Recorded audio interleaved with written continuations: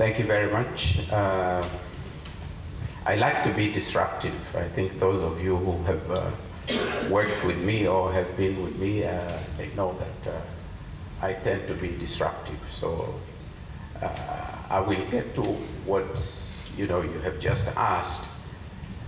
But I think there are certain aspects that have not been covered this morning and need to be covered. When we talk of financial inclusion, what do we really mean? Is it just connectivity? I don't want to belittle what has been done. A lot has been done, and those of you who have followed me in my life, you knew that we did a mobile payment piloting as early as 2002. So I followed the trend over the last 20 plus years. But let's ask ourselves, and let's be honest, what is the level of financial literacy in the country? What's the level of financial literacy? And this is where leadership comes in. You have to figure out the root causes before you can actually address. We can talk about 76% going to 80 to 90%. And I think, the young girl started this morning by saying, financial inclusion, like to be included. I would like to make some savings and get a loan. So this leads to the next question.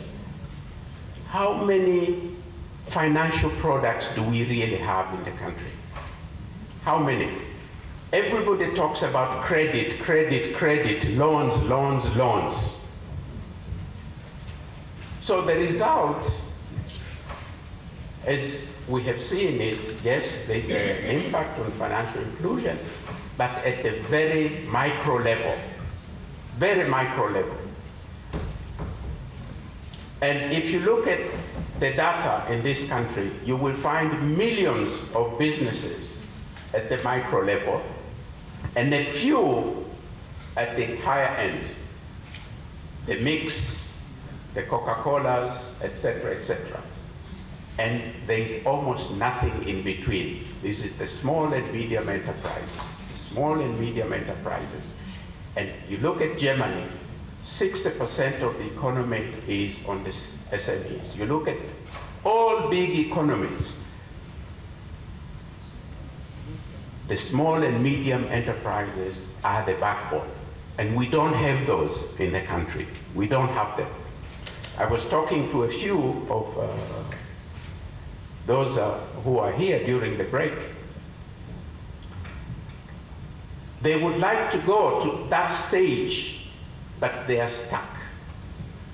They are stuck because the financial institutions we have in the country predominantly offer loans and offer loans for working capital. Very few offer long-term loans of 10 years and above.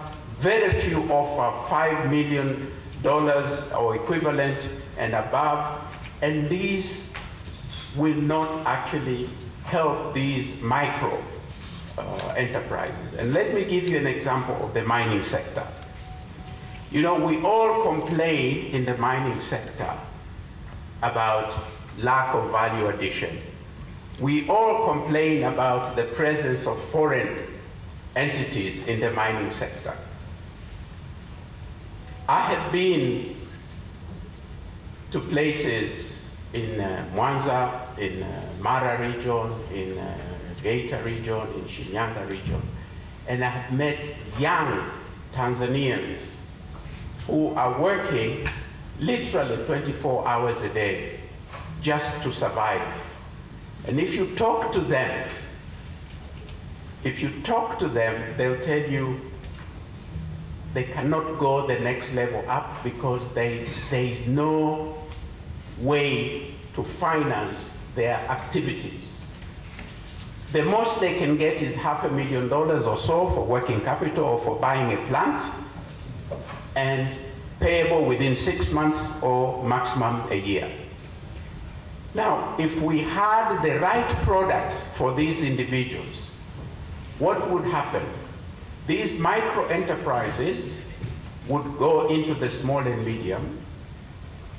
What these small and medium enterprises would do would create not millionaires, but billionaires. These small and medium enterprises would have share options for staff. Okay, so I'm talking about financial inclusion at a very different level that would really transform the country. How many fund managers do we have in the country? How many? If I ask a Bank of Tanzania, how many fund managers do we have? Probably zero. You go to Kenya, you find plenty. You go to South Africa, there are plenty. These are managers who will sit down with the likes of Accord and others and structure a deal so that you can get long-term financing. And then the other aspect is, where do I go in this country to mobilize equity funding? Where? Where? And you cannot really start a business, any business, even the very small ones, and that's why we have, the huge risk at this level, is because mtu anasema nina mtaji lakini amekwenda kukopa mtaji. That is actually not equity, that's a loan. It's not equity. So people are borrowing 100% to finance a project. So from day one, the project is not viable. So if we want meaningful financial inclusion, we really need to think differently. We need to think about equity. We need to think about quasi-equity. We need to think about long-term funding and the collateral that go around it.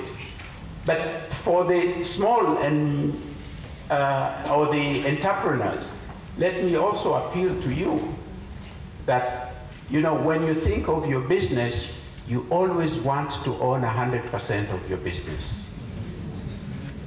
Okay?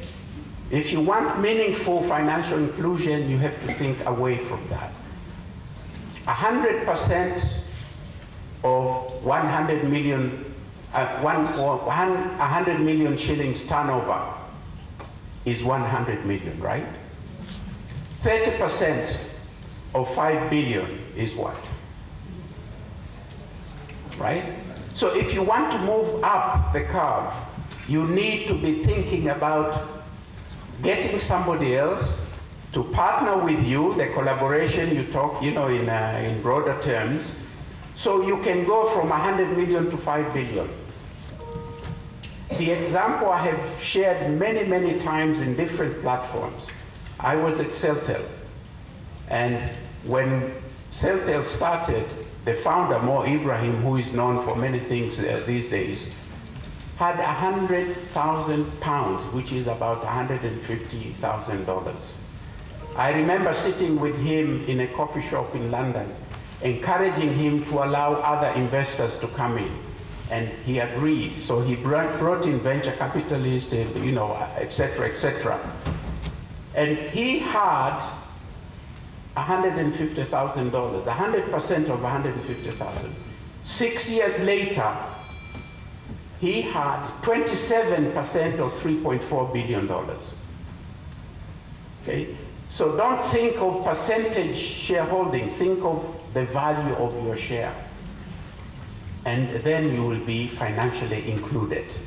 You will move from, basically going from one day to another to being able to plan for the future.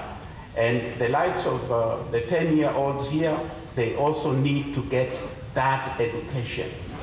It's very fundamental, and that's why probably the Bank of Tanzania here can take a lead, work with the Ministry of Education, but work with other financial institutions to really try and increase the level of financial literacy in the country, because we are very, very, very far behind. If we do that, that's the leadership aspect. I think we will transform. We'll be able to get to where the vision for 2050 for the country is. that relies on small and medium enterprises, but it will not happen if we continue to depend on credit and loans, working capital funding, you know, for 6 months and so on. We need to think differently. Let me stop here. Thank you.